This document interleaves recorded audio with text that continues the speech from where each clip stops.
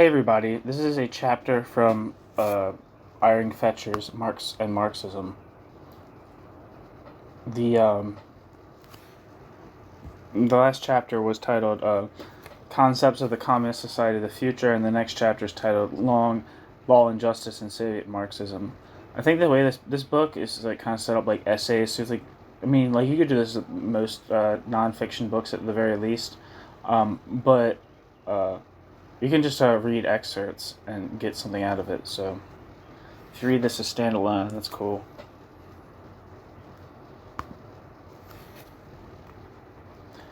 Okay, Marxism and Bureaucracy.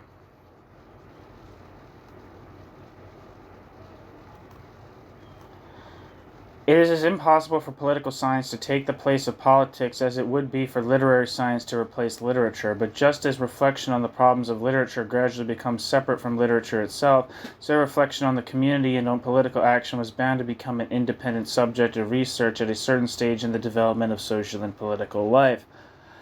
What contribution can scientific reflection on political problems provide? Above all, it can contribute, like science as such, to a sober and rational appraisal of the elements of reality around us, and can raise our political judgment from the sphere of premature, unfounded opinions and prejudices to a level of reasonable consideration and rational expectations. It can clarify and define political judgments and therefore improve the conditions in which political decisions are taken, but it can neither replace nor bring about these decisions themselves. The following reflections on Marxism and bureaucracy are intended to help toward such clear judgments. Trotskyites used to tell how Lenin called out in deep resignation from his deathbed, quote, what was to become of the Soviet Union, a bureaucrat's utopia, exclamation point, end quote. The report is surely apocryphal,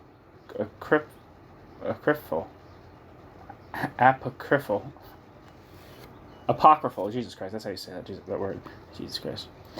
Like most of the statements which dying bed politicians are said to have made, but it is a fact that Lenin once spoke of a, quote, bureaucratic utopia, end quote, in a letter of,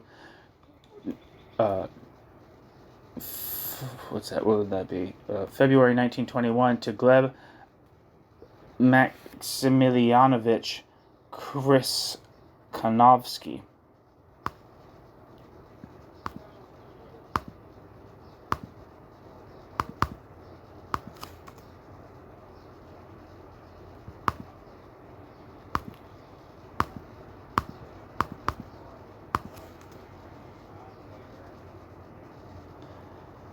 Wikipedia says that Gleb Krzyznovsky lived from 1872 to 1959 and was a Soviet scientist, statesman, revolutionary, old Bolshevik, and state figure, as well as geographer and writer. Born to a family of noblemen of Polish... Alright, I'll be out in a second. Born to the family of a nobleman of Polish descent, Polish surname Krzyznovsky. He became a longtime chairman of the Gosplan and director of Goelro, an academician of Academy of Sciences of the Soviet Union, 1929, and a hero of socialist labor, 1957.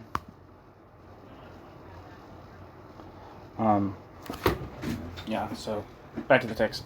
But it is a fact that Lenin once spoke of a, quote, bureaucratic utopia, end quote, in a letter of the February 19th, 1921 to Gleb Maximilianovich Kanovsky in the context of a definition of the project of, quote, complete unified planning, end quote, for the entire Union.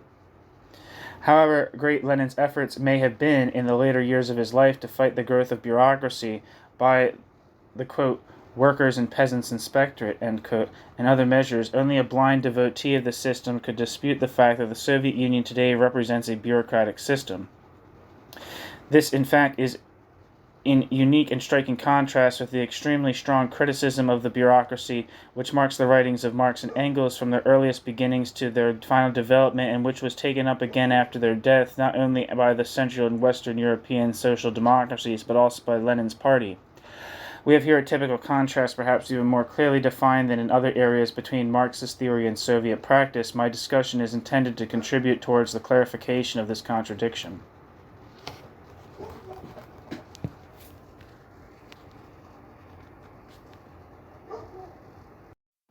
Section 1. In an article written in 1858 for the New York Daily Tribune, Karl Marx describes the effect of the Prussian bureaucracy, which conflicted with constitutional freedom, as follows, quote, "Our every step, even a simple change of domicile, is dogged by all-powerful bureaucracy, that second providence of truly Prussian origin. We can neither live nor die, marry nor write letters, think nor print our thoughts, do business, teach nor learn, convene a meeting nor build a factory, emigrate nor indeed do anything else without, quote, official permission," end quote, end quote. This attack on bureaucracy is certainly not an isolated example from Marx's writings, and even if his cutting tone and selection of examples can be partly interpreted as a sop to the liberal readers of the New York newspaper, the quotation still essentially reflects Marx's own opinion. This attitude is also not surprising when we remember that Karl Marx came of a liberal Rhineland bourgeois family and began his career as a reporter and later editor of a left-wing middle-class newspaper in Cologne. In August 1848, he wrote in the Neue Rheinische Zeitung, quote, "just how much the fixed and, quote, strictly applied, and, quote, rules of the praiseworthy Prussian bureaucracy not only interfered with the old habits and traditional institutions, but also with social life as a whole. With industrial and agricultural production, commercial exchanges, mining, in short, all social exchanges without exception, we Rhinelanders especially could tell many strange stories about all this," end quote. It was therefore not surprising that the two Rhinelanders, Marx and Engels, placed the Prussian bureaucracy in an unfavorable light from the outset, and Marx and Engels' subsequent stay in a country which had no such bureaucracy scarcely helped to change their original opinions. But Marx and Engels would not be the historical thinkers they are if they had maintained the position that bureaucracy is unchanging. Even though they never defined the history of the development and changes in the functions of bureaucracy, their many statements can easily be built up into a sketch of such historical development. I shall simply draw attention to the characteristic stages. The European bureaucracy arose, quote, "in the age of absolute monarchies, when the feudal system was on the decline, a decline which it helped to promote," end quote. In those days, it had, according to Marx, a completely progressive effect, namely the promotion of the development of bourgeois society. The bureaucratic state took the place of the, quote, conflicting medieval authorities, end quote, and changed the conflicting medieval authorities, quote, into the controlled plan of a state power in which work was divided and centralized as a function of production, end quote. According to Marx, its historical task consisted in the abolition of the compulsory corporations, guilds, etc., and the political leveling of the citizens, quote, "where bureaucracy is the new principle, it fights against the corporations," end quote, wrote Marx in 1843 in his manuscript criticism of Hegel's Staatsrecht. Hegel's critique of Hegel's philosophy of the state. But with this function, the useful purpose of the absolutist bureaucracy also comes to an end. Hardly has the absolutist bureaucracy fulfilled this function, then the absolutist bureaucracy changes into an institution which inhibits development. Expressed in the language of historical materialism, absolutism and bureaucracy were originally nothing more than indispensable means which the bourgeoisie unconsciously made use of in order to throw off the shackles of feudal society and establish a society of free competition. However, as soon as what Marx referred to in 1843 as the, quote, true political life arises, end quote, and, quote, bourgeois society rids itself of the corporations of bourgeois society's own volition, end quote, bureaucracy sets about reestablishing these corporations. The bureaucracy feels the bureaucracy's political privilege is threatened by the appearance of a powerful democratic movement which independently raises claims of equality and attempts to prevent the establishment of equality among all citizens, which it had originally called for on its own account. The bureaucracy must, quote, protect the imaginary generality of the special interest, the spirit of the corporations, in order to protect the imaginary special nature of the general interest, its own spirit, end quote. In other words, the bureaucracy becomes the declared enemy of democracy, and as such, the bureaucracy is also condemned by Karl Marx in his critique of Hegel's Staatsrecht. For Marx, bureaucracy is not simply the totality of administrative authorities, but as it is also presented and glorified by Hegel, the rule of a caste which, by virtue of its higher level of education, claims for itself a monopoly in interpreting the interest of the state. The quote, common will, end quote, just as guilds and corporations preserve certain areas of production and commerce for themselves, although, therefore, the bureaucracy can abolish compulsory membership of guilds and caste distinctions if they conflict with its own interpretation of the interest of the state. It cannot tolerate the possibility of every social monopoly, including the bureaucracy's own, being attacked in the name of democratic principles. The bureaucracy tends instead to assert, in the words of Hegel, who, as Marx says, naively expressed the bureaucracy's ideological picture of the bureaucracy's self, that the bureaucracy has, quote, in its possession the essence of the state, the spiritual essence of society, end quote. The bureaucracy's general spirit is therefore that of mystification, quote, preserved within its ranks by the hierarchy and maintained by for the outside world by the bureaucracy's appearance of a closed corporation, end quote. It follows, however, that, quote, authority is the principle of bureaucracy's knowledge, and the deification of authority is bureaucracy's intention, end quote. The undisputed authority of the officials in command, therefore, contrasts with the equally unquestioned incompetence of the subjects with their limited understanding. The spontaneous movement of bourgeois society and of the individuals within bourgeois society is distrusted in principle, and the world appears as a mere object for bureaucratic manipulation, end quote. The will of the bureaucracy is the, quote, causa prima, end quote. In his philosophy of right, Hegel attempted to reconcile the bureaucratic state with the notion of democracy and put forward the principal argument that every citizen can become a civil servant provided that citizen develops the necessary competence. Marx treats this argument with scorn on the grounds that one might equally well assert that in Catholicism there is no distinction between priest and layman because it is open to every layman to become a priest. Quote, the fact that anyone has the chance to acquire the right to another sphere merely proves that his own sphere has not actualized this right, end quote. Marx. In a democracy, on the other hand, quote, it is not the chance of any citizen to devote himself to the universal class, bracket, of bureaucrats, Iring, Fetscher, end bracket, as something special, but the capacity of the universal class to be actually universal. That is, to be the class of every citizen, end quote. From the democratic standpoint, he finds the examinations on which entry to the universal status is made dependent equally unacceptable. In a, quote, reasonable state, there would be an examination to become a cobbler rather than an executive civil servant, end quote, since without skills as a cobbler it is perfectly possible to be a good citizen and have the, quote, necessary knowledge of the state, end quote. The examination of civil servants is, quote, nothing more than a Freemason's formula, the legal recognition of civic knowledge as a special privilege, end quote. The, quote, bureaucratic baptism of knowledge, the official recognition of the transubstantiation of profane knowledge into sacred knowledge, end quote. And in parentheses, the 25-year-old Marx adds in tones of mockery, quote, it is taken for granted in every examination that the examiner knows everything, end quote. Clearly, Marx makes no difference here between the civil servant in the modern sense and the politician as such, for although Marx himself spoke in the passage cited above of the, quote, executive civil servant, end quote, Marx adds the note that, quote, we never hear that Greek or Roman statesmen had to pass examinations, end quote, i.e., Marx makes an unjustified comparison between statesmen of antiquity and contemporary civil servants. The extent to which the political thought of Marx and Engels, not merely on this point, is colored by the classical idea of the polis, can be seen from an analysis of almost all the political categories which they use. In 1843, Marx seems ignorant of the fact that at least in parliamentary states, political, quote, officials, end quote, generally control the bureaucracy, and they have to pass no examination, while they must also account for their political decisions to Parliament or to the monarch. Marx became acquainted with the system of ministerial responsibility only later on in England, and Marx judged the Prussian development from this standpoint. Quote, the question of ministerial responsibility is, extraordinarily important in Prussia, since the question of ministerial responsibility implies in reality the responsibility of the bureaucracy, end quote, Marx.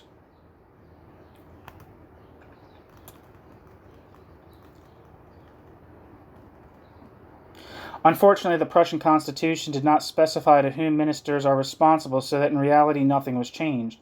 The keenest effort of bourgeois ambition in Prussia bourgeois ambition in Prussia were, however, aiming to, quote, turn the ministerial posts into prizes which can be won in parliamentary competitions, end quote.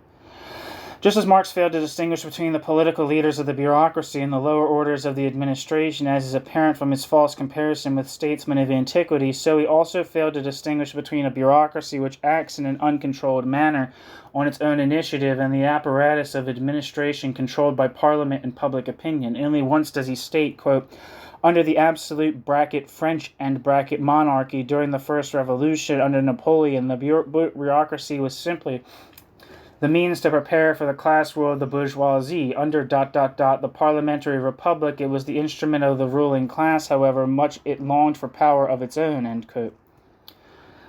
Until the time of Napoleon, therefore, the bureaucracy seemed to him to be a ruling caste, which prepared for the future class rule of the bourgeoisie, while later it became a mere tool in the hand of the bourgeoisie. But it was still, of course, a tool which had the tendency to make itself independent and rule on its own initiative. Only in England and America was this risk absent, because there no absolute bureaucracy was needed to help the rule of the bourgeoisie to break through over feudalism. Section 2. A restoration of the inhibited power of the bureaucratic executive was felt by Marx and Engels to be the principal characteristic of Bonapartism, both in Bonapartism's French and German (Prussian) and variants. The explanation of this political phenomenon for them, Marx and Engels, could only consist in this political phenomenon's link with specific class relations, and in fact, there were several attempts to provide an explanation of this kind, which we shall now examine. The first explication was made by Karl Marx in 1851 to 1852. In his The 18th Brumaire of Louis Bonaparte, Marx states that, quote, the state machine has so consolidated the state machine self in relation to bourgeois society that a Louis Bonaparte was sufficient at the state's helm, end quote. The strength of the bureaucratic apparatus is, however, not an absolute parameter, but must be viewed in relation to the weakness of bourgeois society. This form of state force also, quote, does not hover ... in the air. Bonaparte represents a class, indeed the numerically stronger class in French society, the peasant farmers, end quote. According to Marx, the petty bourgeois French peasantry therefore forms the class basis for the rule of the bureaucratic apparatus, with Louis Bonaparte at the head. The reason for this lies in the political impotence and backwardness of this stratum of the population, which, it is true, already forms a class in itself, but because of the absence of any links between its members, is unable to become an independent political organization and change into a, quote, class for itself, end quote. That is, a self-conscious class. As an unconscious class, it is therefore also not able, quote, to make its class interests felt in its own name, either through a parliament or national assembly, end quote. The peasant farmers, quote, cannot represent themselves. The peasant farmers must be represented. The peasant farmers' representatives must appear both as the peasant farmers' masters, as an authority above the peasant farmers, and as an unimpeded ruling force which protects the peasant farmers against the other classes and bestows rain and sunshine on the peasant farmers from above. The political influence of the peasant farmer therefore has the political influence of the peasant farmer's final expression in the fact that the society becomes subordinate to executive power, end quote. Marx.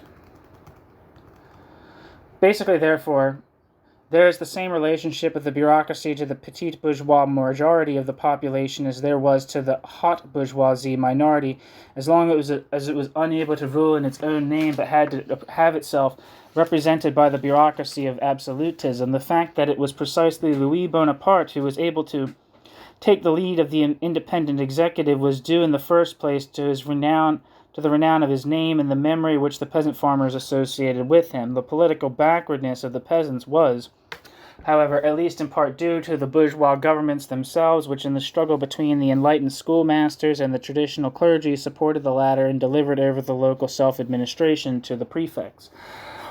The same bourgeois government had declared a state of siege and carried out executions to repress peasant uprisings. The bourgeoisie itself, quote, therefore violently strengthened the imperialism of the peasant class and was responsible for the circumstances which gave rise to this peasant religion, end quote. Marx. Engels explained... Sorry, is there a footnote? No footnote. Engels explained the origins of Bonapartism in Prussia in 1872 quite differently in his Zur Wohnungsfrage.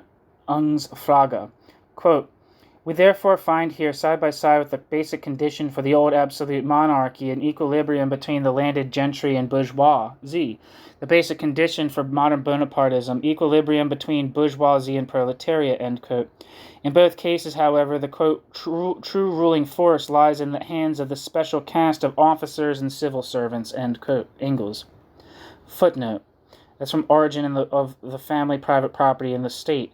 Here we find the following observation, quote, exceptionally, periods occur in which the warring classes are so nearly in equilibrium that the power of the state momentarily enjoys a certain independence of both classes as an apparent mediator.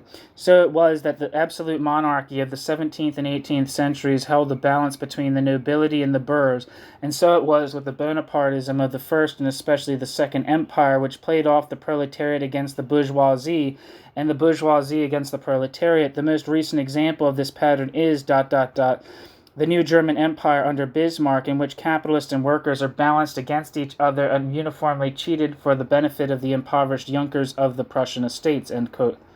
The Austrian Social Democrat Otto Bauer, following on from Engels in his book, Die Österreichische Revolution,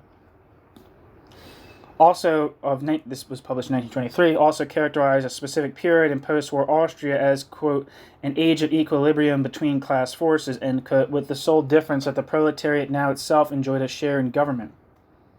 End footnote.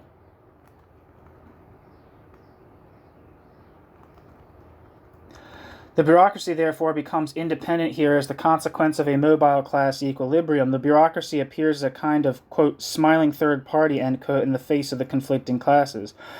The only common factor in the statement of Marx made in 1851 and that of Engels in 1872 is that in both cases the bourgeois society or the bourgeois society's strongest class is too weak to control the bureaucratic executive. In one case because it does not have the necessary cohesion and class consciousness, and in the other because the two main classes paralyze each other. In a letter to Marx, Engels put forward an even more extreme theory according to which the bourgeoisie, at least on the continent, is quite unable to rule directly for itself. Quote, ... Bonapartism is the true religion of the modern bourgeoisie. I gradually understand more and more clearly that the bourgeoisie does not have it in the bourgeoisie's self to rule directly on the bourgeoisie's own, and that unless an oligarchy, as here in England, ... can accept the task of leading the state and society in the interest of the bourgeoisie, a Bonapartist semi-dictatorship is the normal form. It takes over the major material interests of the bourgeoisie, even acting against the bourgeoisie, but allows them no part in the actual process of government, end quote. Letter of April 13th, 1866. We have now looked at three historical forms of bureaucracy which are described by Marx and Engels, albeit in differing fullness of detail. 1. The bureaucracy of absolutism, which appears as an advanced instrument for leveling feudal society and eliminating the corporations. 2. A, quote, improper, end quote, bureaucracy seeks in vain for that bureaucracy's own power and is controlled by a parliament which is supposed to be the instrument of bourgeois political class rule. 3. The Bonapartist bureaucracy, which may again become master of the state because of the weakness of bourgeois society or its strongest class. Since the, quote, improper, end quote, bureaucracy mentioned under 2 always, according to Marx, entailed the risk of becoming again a genuine bureaucratic domination, it seemed desirable to him, at least on the continent, to develop a political form which would, from the outset, render such a bureaucratic apparatus superfluous. The critical move behind Marx and Engels' critique of bureaucracy is, however, the liberal and democratic conviction that bourgeois society should control the state and the united citizens of the state control the executive. In spite of all their hostility, especially to the economic liberals, Marx and Engels were still closer to the bourgeois liberals than to the conservative bureaucrats. In this point, they split radically from Lassalle. From the standpoint of their philosophy of history, the pure rule of the bourgeoisie, which opened a free path for the innate movement of bourgeois society, was preferable to a bureaucratic system, even though the latter might intervene in favor of the proletariat in individual cases. As long as Marx and Engels were therefore primarily concerned with continental conditions, because the English working class still gave few signs of an independent political movement, they felt that the proletarian revolution must attack above all the bureaucratic apparatus of the state in order to replace the bureaucratic apparatus of the state by the politically organized working class. The existing administrative apparatus seemed so closely tied to the bourgeois and petty bourgeois class that it could not be made the tool of a proletarian political rule.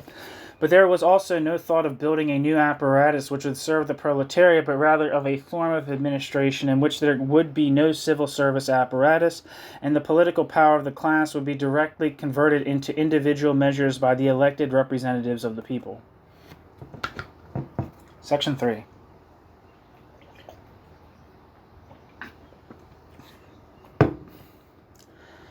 In the classless society which was seen by Marx as the final phase of social development, the problem of bureaucracy is superseded together with that of the state. There will then be no more political domination by man over man, and according to a statement by Engels going back to earlier sources, quote, the administration of objects will take the place of rule over individuals, end quote.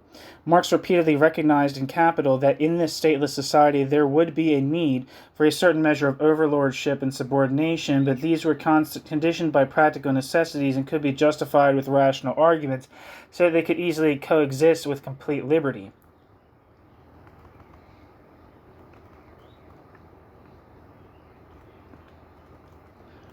The condition is different in the transitional stage between the capitalist state and the completely classless society, quote, communism, end quote. Here there is still a state, the, quote, class character, end quote, of which is defined by Marx as, quote, the dictatorship of the proletariat, end quote. Marx was for a long time not clear about the, quote, politica form, end quote, which this dictatorship would take until Marx eventually thought he had found the answer in 1871 in the Constitution of the Paris Commune. With the glorification of the Paris Commune in the French Civil War, Marx created the myth of a modern direct democracy with no bureaucracy, which Lenin was able to take up again in 1917 in order to legitimize, in Marxist terms, the spontaneously formed workers' and peasant Soviets, which seemed to Lenin useful for tactical reasons. In defining the commune, Marx speaks of the following four basic principles. 1. The commune is the result of general elections in the Paris districts, the elected councillors being responsible to the elected councillors' electors, while the electors can recall the councillor at any time. Here Marx saw a decisive step forward from the normal parliamentary system, which does not underline the responsibility of the elected representatives by the right of the voters to recall the elected representatives. 2. The commune must not be a parliamentary but a working body which has executive and legislative functions at one and the same time. The division of powers formally eliminated, the organ of the people's will, the commune is not content with issuing general legal provisions, but even applies general legal provisions to the individual cases with the assistance of executive committees. 3. Police and civil servants will lose their, quote, political character, end quote, and will be changed into organs of the commune which can be dismissed at any time. Their salaries must never exceed the wage of a worker.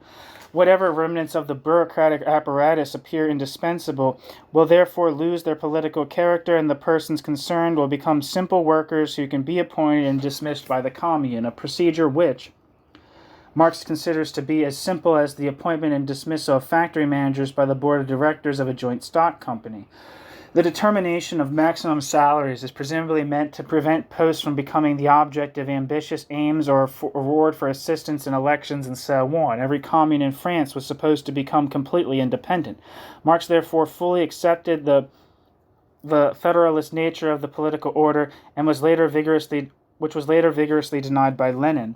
Marx stated explicitly, quote, public offices ceased to be the private property of the collaborators of the central government, not only the municipal administration, but all the initiative hitherto exercised by the state was handed over to the commune, end quote, Marx. The Civil War in France. 4. Legal officers should also be, quote, elected, responsible, and liable to dismissal, end quote. Marx does not, however, mention who is to elect these legal officers. It can be assumed that Marx was thinking of election by the people themselves, since Marx defines the independence of the judiciary in the previous political systems as a mere semblance which simply served to, quote, conceal the judiciary's actual subordination to all successive governments, end quote, from which it might be concluded that Marx felt a true independence of the judiciary from the government, i.e. also from the commune, to be desirable. In this extremely democratic and federalistic commune state, Marx was convinced that the national unity of France would remain preserved on a new and voluntary basis with greater permanence than under previous regimes. However, there would no longer be any chance for an independent bureaucracy. When we inquire where the main motive for Marx's advocacy of the commune organization lay, we come up in the first instance against his fear of the bureaucracy, whose, quote, terrible parasitic bodies, end quote, could not be broken by any of the revolutions since 1789, but simply emerged in even stronger form from each successive revolution. A further motive could also be the thought that the parliamentary system, with the parliamentary system's control over the bureaucracy, is logical only if there is a plurality of parties which control each other. Since, however, this plurality would disappear after the victory of the proletariat, parliamentary democracy also seemed outmoded, and a new form of rule by the people, which was more suitable in the circumstances, was found in the constitution of the commune by the political instinct of the revolutionary Parisian workers. The argumentation is only a hypothesis when we apply it to Marx. Later Marxists have, however, repeatedly made use of it in their rejection of bourgeois parliamentary democracy. Section 4. Characteristically, after Marx's death, neither Engels nor other social democrats adhered to his theory of the constitution of the commune as the best political form for the transition from the capitalist state to the dictatorship of the proletariat. Friedrich Engels points out in his critique of the Erfurt program, written in 1891, that in countries such as England and America, and surprisingly also France, a peaceful transition to the proletarian state is possible because the people's representatives are the real holders of power in these countries. After the collapse of Bonapartism, bureaucracy evidently no longer seemed to Engels such a threat that bureaucracy must be destroyed before the proletariat can seize power.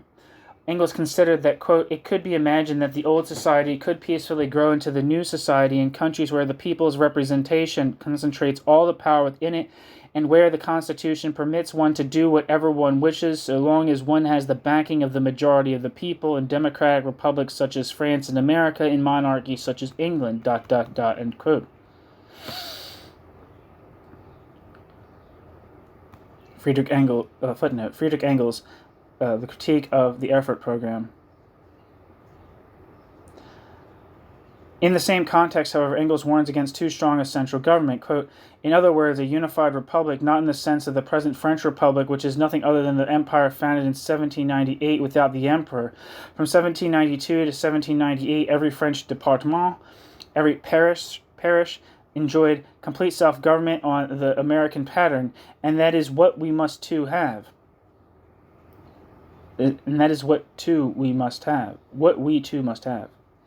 America and the First French Republic have proved to us how the self-government system can be set up and how it is possible to manage without bureaucracy. And Australia, Canada, and other English colonies provide similar examples, ... end quote. The program should therefore include the following minimum demands, quote, complete self-government in the provinces, districts, and parishes by officials elected by universal suffrage, abolition of all local and provincial authorities appointed by the state, end quote. This self-government must not, however, in any case contribute towards a tenets of, quote, particularism, end quote. In Germany, only a, quote, indivisible republic, end quote, was of use to the proletariat. Quote, a federated republic is now a necessity in the gigantic territory of the USA, ... It would be an advance in England where four nations live on the two islands. It has for a long time already been an obstacle in the little country of Switzerland, made tolerable only because Switzerland is content to be a purely passive member of the European system of states. For Germany, a federal Swiss system would be a vastly retrograde step, ... end quote. Engels.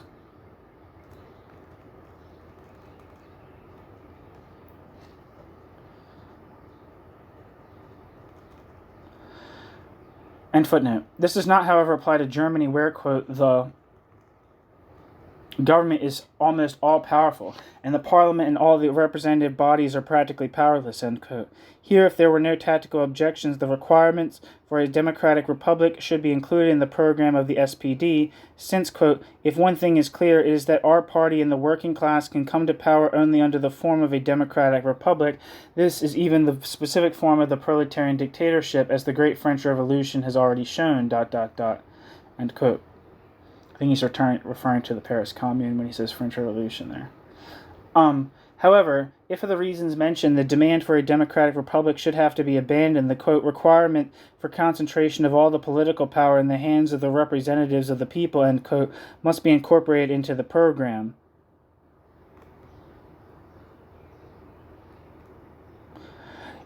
Even more clear than Engels, Edward Bernstein turned away from the Marxian glorification of the direct commune democracy. Bernstein referred to the experience of the English trade unions as described in Sidney and Beatrice Webb's book on industrial democracy. Quote, the English trade unions began with the most elementary form of self-government and had to convince themselves through practice that this form was only suitable for the most elementary bodies for very small local associations. The more they grew, the more they abandoned step by step certain favorite ideas of doctrinal democratism, the imperative mandate, the unpaid official, the powerless central body as inhibiting factors, and learned instead to form an efficient democracy with representative assemblies, paid officials, and a powerful central management. The state in the history of the development of trade union democracy is extremely instructive. Although everything which goes for the union does not suit the national administrative bodies, a great deal does still hold good for the latter. End quote. Bernstein, Die Voraussetzungen des Sozialismus und die Aufgaben der Sozialdemokratie. End footnote. An executive central administration becomes indispensable because of the division of labor once a certain degree of development is passed. Edward Bernstein, therefore, considers it impossible for the political leadership of a modern society to be taken over by communes and their constituent bodies. Bernstein emphasized, however, the growing importance of the municipal government as a, quote, school for democracy, end quote, in place of the exaggerated Marxist hope for a complete elimination of central administrative bodies. We therefore find in Bernstein a clear demand for parliamentary control over them. To an even greater extent than in the late Engels, the English experience has made itself felt here. Similar thoughts will also be found in the exponents of Marxist orthodoxy after Engels' death, such as Karl Kautsky. In a later work, Kautsky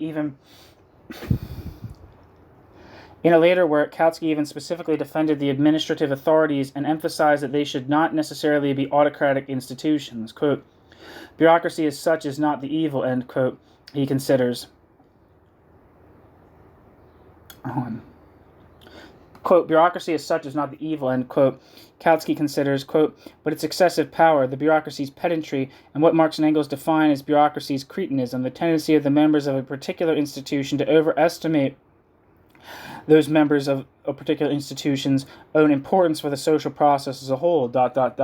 Bureaucratic cretinism becomes highly advanced in an absolute monarchy where the authority must decide everything, ... but is not linked solely with such a form of monarchy, end quote. In England, quote, the bureaucracy is not all-powerful. Here the mass of the population resist police control and their powerful action. While it cannot completely prevent bureaucracy from growing, does prevent an increase in alienation and the development of pedantry and cretinism, end quote. Kautsky. Footnote. Karl Kautsky. Materialistische Geschichtsauffassung. 1927. See also the same author's Parlamentarismus und Demokratie. Here Kautsky states, that piece is from 1911. Here Kautsky states, quote, today only a person who is politically blind can still assert that the representative system can ensure, even under the rule of universal suffrage, the rule of the bourgeoisie, and to overthrow the bourgeoisie it would first be necessary to eliminate the representative system. It is already beginning to be apparent that a truly parliamentary regime may be just as much a tool of the dictatorship of the proletariat as it is now a tool of the dictatorship of the bourgeoisie. One of the major tasks of the working class in its struggle to attain political power is not to eliminate the representative system, but to break the power of the government over parliaments. and at the same time to give the proletariat the greatest possibility to conquer parliamentary majorities through equal suffrage, proportionate distribution of the constituencies, secret ballots, short parliamentary sessions.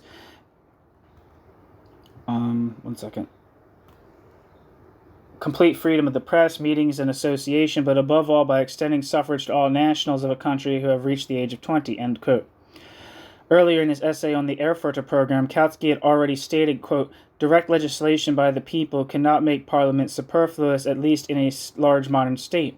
The most direct legislation by the people can do is to correct the actions of parliament in certain individual cases, ... As long as the large modern state exists, the center of gravity and the center of gravity's political activity will always lie with parliament, end quote. Kautsky, end footnote.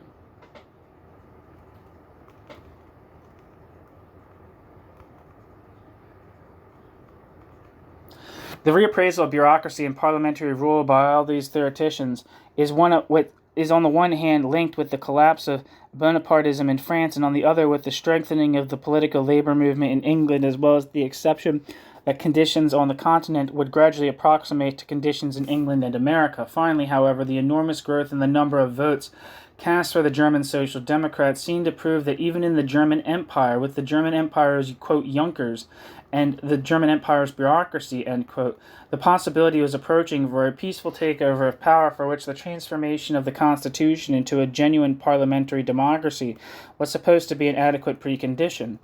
Unlike the prevailing ideas of European social democrats, and even in conscious opposition to Engels, whom he otherwise views as almost, quote, infallible, end quote, Lenin, for the first time after the 1905 revolution, but decisively after 1917, returned to the Marxian myth of the commune in order to justify the spontaneously formed Soviets as the organs of revolutionary and proletarian democracy. In his major political work, State and Revolution of 1917, and Lenin concentrates his main attention on the theory of the need to defeat the old state apparatus, making a highly one-sided interpretation of Marx, but at the same time we find almost completely the basic principles of the Constitution of the Paris Commune emphasized by Marx as the requirements of the new proletarian state. These requirements are best summed up in the fifth of Lenin's famous 1917 April theses, quote, no parliamentary republic, it would be a step backward to return to such a republic from the Soviets of deputies of the workers, but a republic of Soviets of industrial and agricultural workers and peasants throughout the land from top to bottom. Elimination of the police, army, and civil servant body. Payment of salaries to officials who will be elected and whom it must be possible to dismiss at any time, not above the average wages of a skilled worker, end quote. Lenin. The April Theses.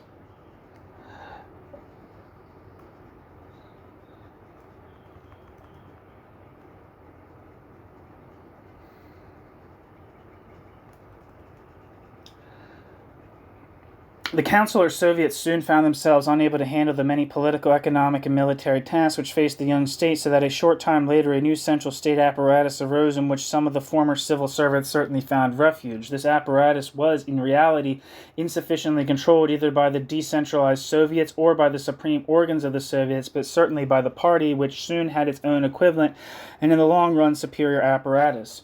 As long as these two central apparatuses of power faced each other in relative independence, the individual Soviet citizens still retained some measure of freedom, but this was completely lost when the two apparatuses were merged, which soon happened under Stalin's domination.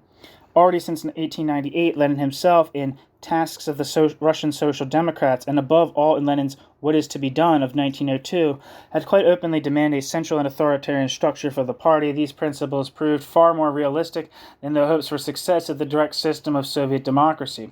They became fatal for the future Soviet state. I must therefore briefly summarize them here. 1.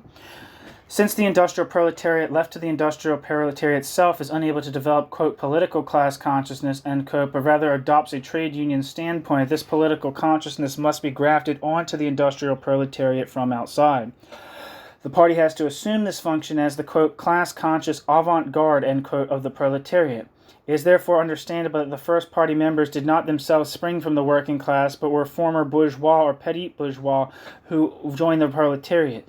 Those workers who have already acquired political class consciousness combine with them within the party to form a homogeneous political body which knows no difference of class origin. 2. According to its relationship with the class, the party has the dual function of A. Leading, and B. Educating the proletariat. The leadership is necessarily authoritarian as long as education has not yet led to insight and acquisition of political class consciousness by all. The party can only convince, but for the purpose of agitation, the party must make use of simplified presentations appropriate for the contemporary workers, and which do not need to comply with the requirements of, quote, science, end quote. In fact, the czarist autocracy and the omnipresence of the secret police, a broad inter-party democracy, is inconceivable. The party must be built up as a conspiratorial elite. The party is governed by the law of military discipline and strictly controlled structures of command and obedience. Its leading committees build up their ranks by co-opting new members.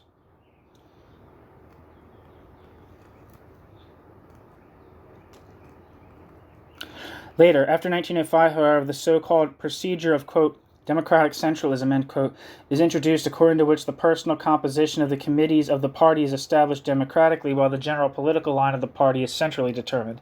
In an article published in November 1905 on the reorganization of the party, Lenin calls for a, quote, transition to the principle of elections, end quote. And in a draft resolution of March in the following year, Lenin writes, quote, the principle of elections must be introduced at all levels of the party organizations from top to bottom. Deviations from this principle, such as two-stage elections or co-opting to elected bodies, are permissible only if there are insurmountable political difficulties, and then only in specific exceptional cases, end quote. Lenin. The principles of party organization. In an article dating from 1907, Lenin goes still further and demands, in cases where major political decisions by the party leadership are called for, a previous consultation of all party members, a kind of, quote, referendum, end quote, as Lenin himself calls it, quote, particularly important questions which are directly linked with a specific action by the masses themselves must for the sake of democracy not be solved by delegating representatives, but by questioning all the party members, end quote. In spite of these democratic statements by Lenin, authoritarian centralism gradually won the day in Lenin's party on an ever-increasing scale. In Lenin's lifetime, this still did not conflict with the actual will of the party's members because of the enormous respect in which Lenin was held. After Lenin's death and as Stalin rose to Stalin's position of unquestioned dictatorship, more and more authoritarian features were introduced.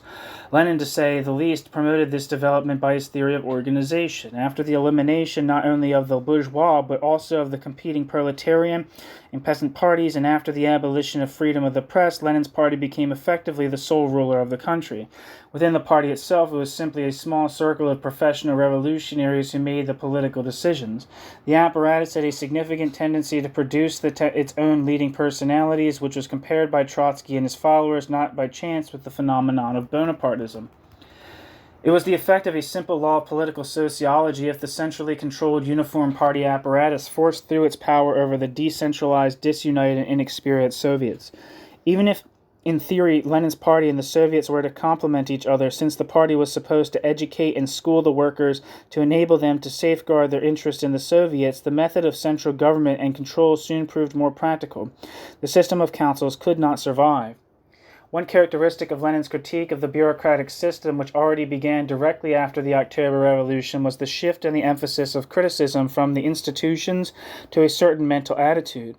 Already in 1904, Lenin wrote, quote, the bureaucracy can be translated into Russian by the term, quote, struggle for rank, end quote.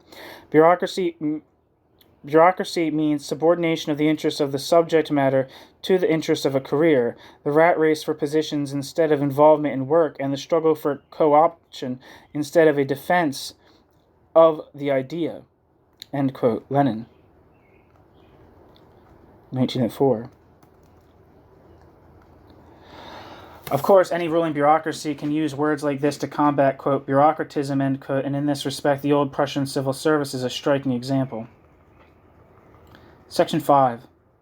The new bureaucratic power structure of the Soviet Union, which reached maturity under Stalin, is characterized as follows by Leon Trotsky, who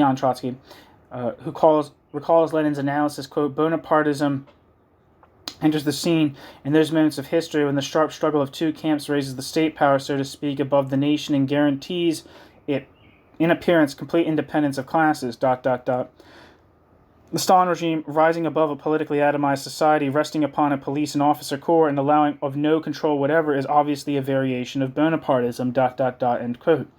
The two, quote, classes, end quote, whose equilibrium represents the prerequisite for the absolute rule of the bureaucratic elite in this case, were the industrial workers and the peasants.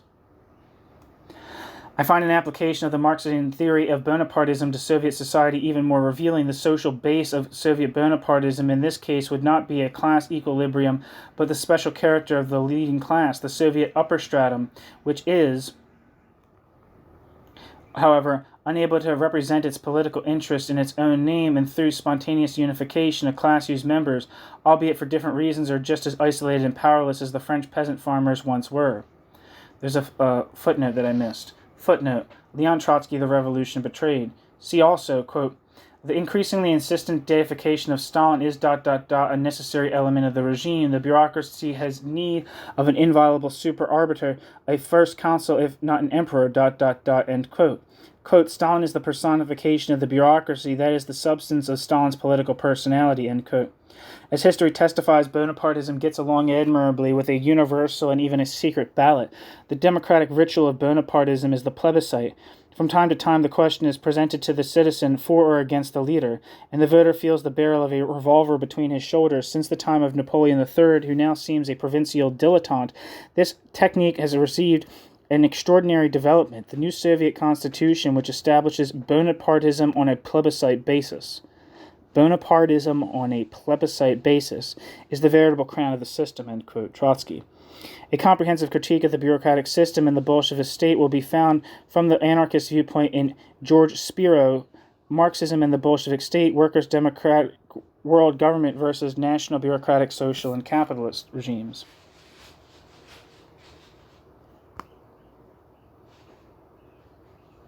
Never even heard of that. End footnote.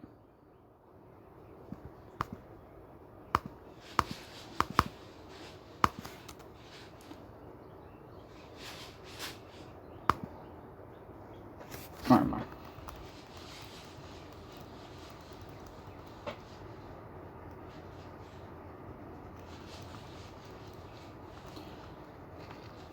This class would not be represented otherwise than by its representatives appearing as overlords, as the exponents of an all-powerful executive who, it is true, take into account more or less the interest of the class as such, but pay no attention whatever to the needs of individuals.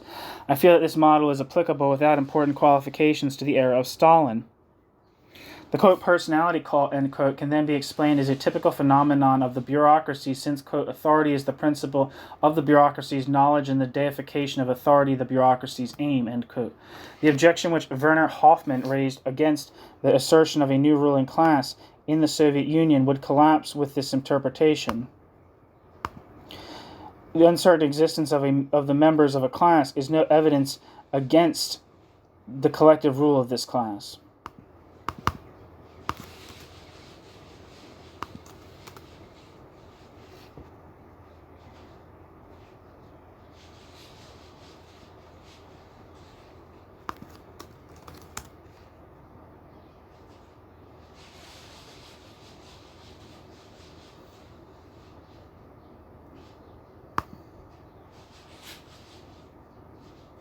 Yeah, I can't really find out who this is.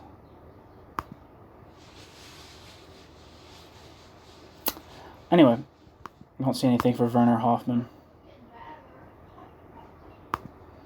The objection which Werner Hoffmann raised against the assertion of a new ruling class in the Soviet Union would collapse with this interpretation. The uncertain existence of the members of a class is no evidence against the collective rule of this class. Footnote. Werner Hoffmann, Die Arbeitsverfassung der Sowjetunion. Volkswirtschaftlicher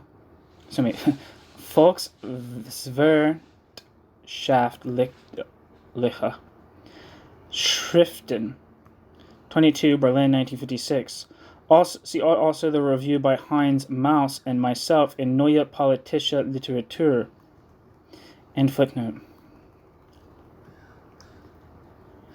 In one of his few political essays entitled, quote, "The Tribune of the People" or "Bureaucrat," end quote, Lukács analyzed the difference between the attitude of the, quote, "apparatchik," end quote, and that of the politician or demagogue.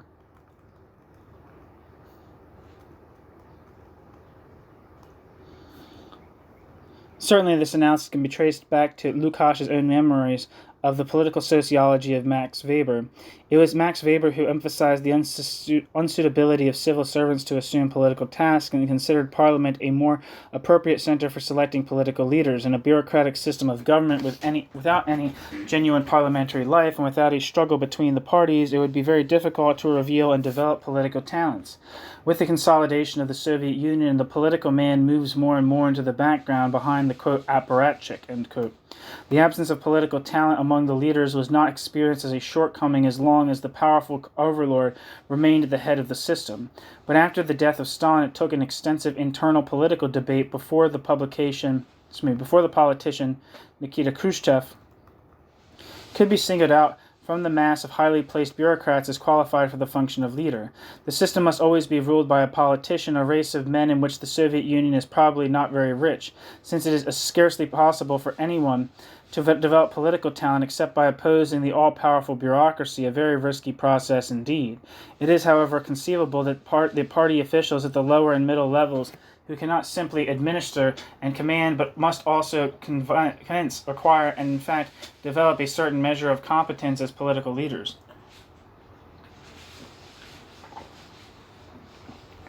Nikita Khrushchev would then be the successful product of such a career, especially as in the Ukrainian Communist Party, from which Khrushchev came, the principle of the leadership by a single man was unknown even during the Stalin period. The critique of the bureaucratic Soviet system by many Marxists has frequently repeated the theoretical errors which contributed towards its origins. The polemic of Trotsky and his comrade Rakovsky against the Stalinist bureaucracy overlooks the fact that no centrally controlled planned economy can exist without an apparatus of officials, and therefore also disregards the partial justification for the complete bureaucratization of the country under Stalin.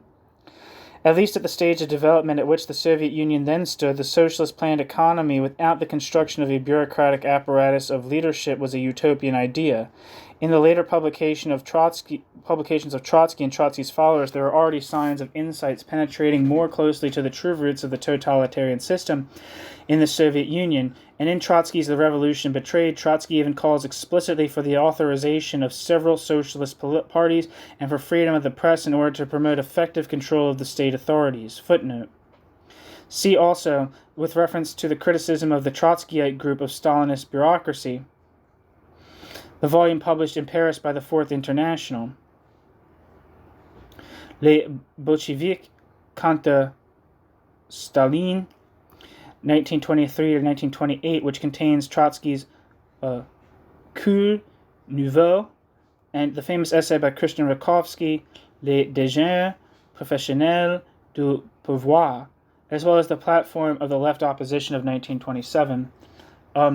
If you're curious, I have a biography, biographical, not a short, but a pretty long biographical essay on Christian Rakovsky on the channel. End footnote. The Soviet bureaucracy would certainly be the last to grant such demands voluntarily. Trotsky therefore considered a second purely political revolution to be indispensable in the Soviet Union. In his Economy and Society, Max Weber showed the growth of bureaucratization as a general law of development in industrial society affecting all its spheres, and emphasized that this would not stop short at a socialist state. In this perspective, certain authors go on to assert a broad measure of similarity between the social structure in East and West, and add the hope of an arrangement resulting from a gradual process of adaptation. In this context, the work by Helen Kantas on the two notions of bureaucracy and Max Weber is valuable and instructive.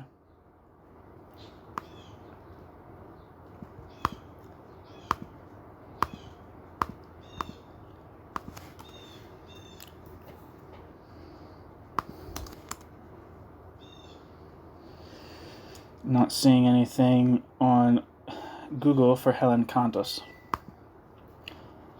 Kantas points out that Weber did not always make a sufficiently clear distinction between a legal rational and a charismatic bureaucracy.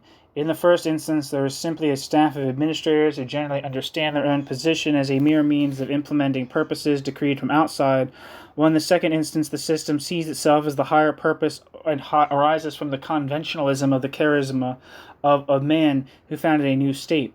Examples of such charismatic bureaucracies are provided by the late Roman and Byzantine empires, the Catholic Church, and the Soviet system. Weber, however, was mistaken in his expectation, resulting from his misguided liberal belief in progress, that such a charismatic bureaucracy would develop into a legal rational form. All charismatic bureaucracies have, on the contrary, proved extremely long-lived and hostile to development. To sum up, Marx and Engels were passionate opponents of bureaucracy. Marx and Engels despised the continental bourgeoisie because the continental bourgeoisie was unable to rule in the continental bourgeoisie's own name through a parliament. For the transitional period between capitalism and the full communist society, Marx called for an elimination of the bureaucracy after the pattern of the Paris Commune by direct elections of all administrative officials and judges by the people in the communes, a limitation of salaries to the level of workers' wages, and the establishment of councils which would be at one and the same time executive and legislative. While Engels, Kautsky, Bernstein, and other social democrats later dropped this theory again and saw the political form for the transitional period in a parliamentary democracy with control over the executive, Lenin returned to Marx's communist theories in 1917. The Soviets soon proved an impracticable system and came into conflict with the new state bureaucracy and the Central Party apparatus, under which they were practically eliminated. The Soviet democracy was paralyzed by the party bureaucracy. In place of the victory over bureaucracy, there arose a struggle, often purely verbal, against bureaucratism. Effective control over the apparatus of state and party turned out to be impossible after the outlawing of competing parties, the abolition of freedom of the press, and the merger of the two bureaucratic apparatuses.